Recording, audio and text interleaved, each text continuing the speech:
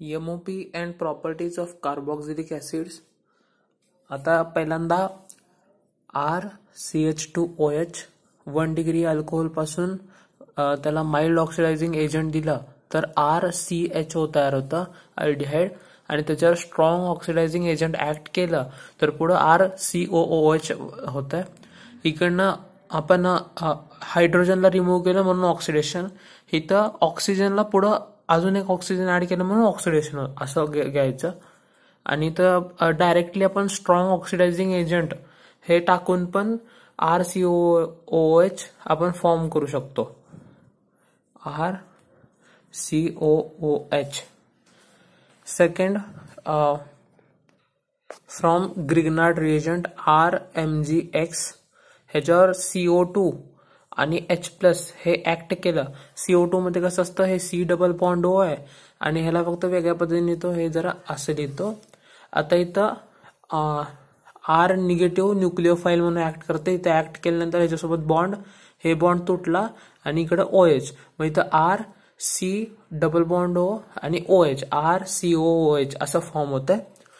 हे झालं RMgX. त्यानंतर RCN फ्रॉम नायट्रिलचं, आणि दुसरं आहे RC double bond O Z. तर Z इथं NH2 पण असू शकते वगैरे वगैरे काय काय. तर मग ह्यांचं RC डबल बॉन्ड O चं कम्प्लीट, आणि ह्याला कम्प्लीट पार्शियल असं काय नसतं. ह्यांचं H+ किंवा OH- म्हणजे हायड्रोलिसिस करायचं आपल्याला. मग हायड्रोलिसिस केलं तर RCOOH तयार होतंय. आणि अजून एक अरोमॅटिक साठी आहे.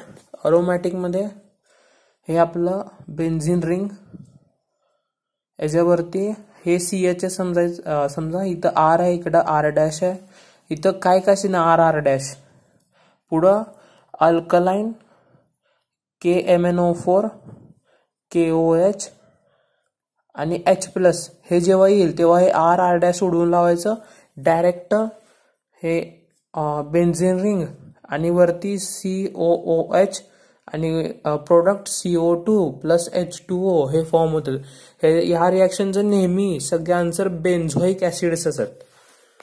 आता प्रॉपर्टीज ऑफ कार्बोक्सिलिक ऍसिड्स. तर प्रॉपर्टीज मध्ये पहिल्यांदा आपण ह्याचं ऍसिडिक नेचर बघू. ऍसिडिक नेचरसाठी आपण सध्याला Na हीट करू. Na आणि हीट केल्यानंतर ह्याच्यामधलं RCOO हे निगेटिव्ह आहे, इकडे Na पॉझिटिव्ह जोडायचं, संपलं. हे झालं ऍसिडिक नेचर. अजून एक ऍसिडिक नेचरची रिॲक्शन आहे.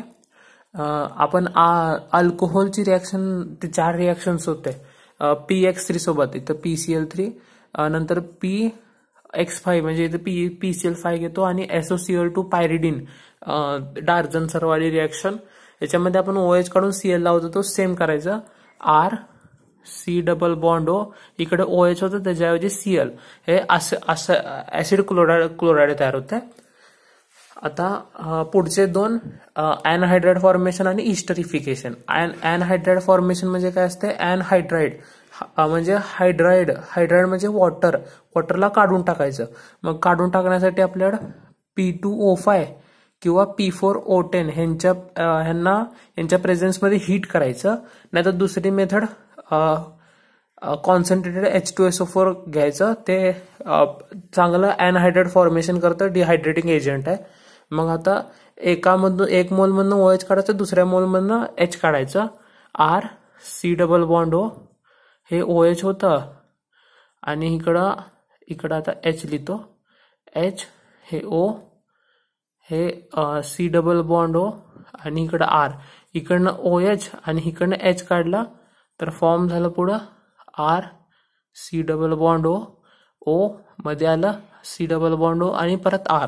हे क्रॉस मध्ये पण आपल्याला क्वेश्चन विचारू शकतात. म्हणजे एका ठिकाणी एका मोलचं OH काढायचं, दुसऱ्या मोलचं H काढायचं.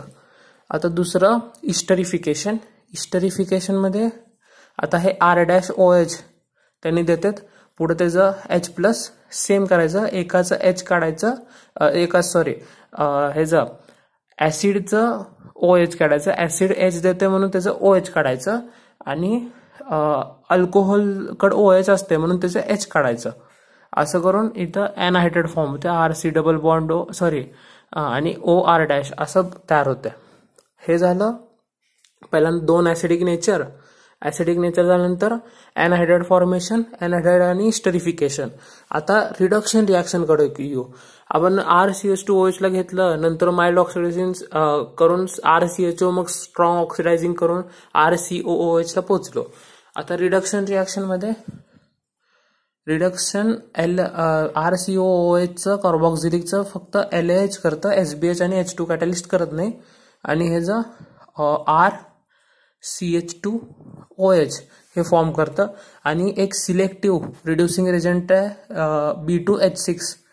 हे B2H6 आणि सगळ्यांचं एकदम हाय लेवलचं रेड फॉस्फरस HI ह्यांच्या दोघांचं प्रोडक्ट आहे, डायरेक्ट अल्केन पर्यंत रिड्यूस करतात याला RCH3.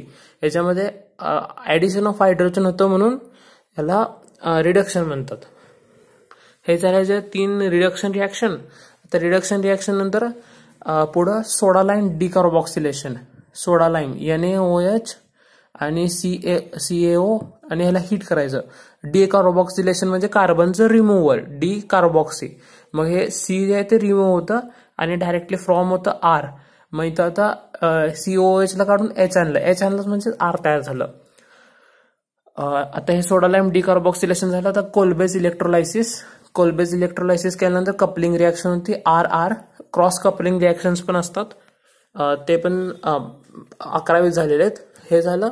आता अजून एक ह्याला NH3 सोबत हीट जेव्हा करतो तेव्हा ऍसिड अमाइड तयार होतं, RC double bond O NH2. आणि आता इथं बघायचं RCOCN ला H+ आणि OH- ने हायड्रोलिसिस केलं, म्हणजे वॉटरच्या मदतीने लायसिस केलं बॉन्डचं. आता ह्याच्यामध्ये ऑलरेडी वॉटर कंटेंट आहे. मग हे आता ह्याच्यातून जर वॉटर कंटेंट परत बाहेर काढला तर मग रिव्हर्सून RCN तयार व्हायला पाहिजे. मग इथलं H2 आणि इकडचं O हे काढायचं आणि काढल्यानंतर तयार होतंय RC ट्रिपल बॉन्ड N. मग आता एक काढणार कोण, तेच P2O5 किंवा P4O10 हीट द्यायचं, किंवा concentrated H2SO4 which is good डिहायड्रेटिंग agent best. हे रिएजंट यूज करून RCN परत तयार करता येते. एवढेच कार्बोक्सिलिक ऍसिडच्या प्रॉपर्टीज आणि MOPs.